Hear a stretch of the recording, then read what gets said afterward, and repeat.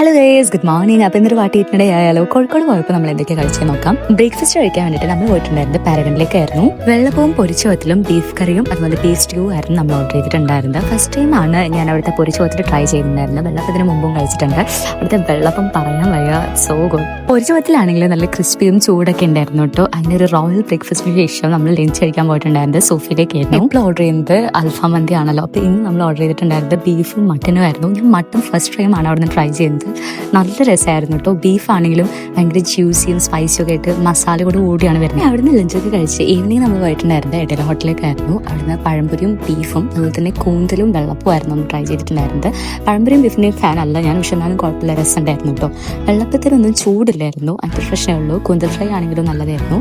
പിന്നെ നമ്മൾ chicken stew ആണ് തോന്നുന്നു പറഞ്ഞത്, അത് നല്ലതായിരുന്നു. ഇത് കഴിച്ച് രാത്രിയായപ്പോൾ നമ്മൾ കോളേജിലേക്ക് പോയിട്ടോ ബർഗർ കഴിക്കുന്നത് കുറേ ആയിട്ട് വിചാരിക്കുകയാണ്. അവിടുന്ന് 2 ബർഗറും അതുപോലെ ക്ലബ്ബുമാണ് ട്രൈ ചെയ്തിട്ടുണ്ടായിരുന്നത്.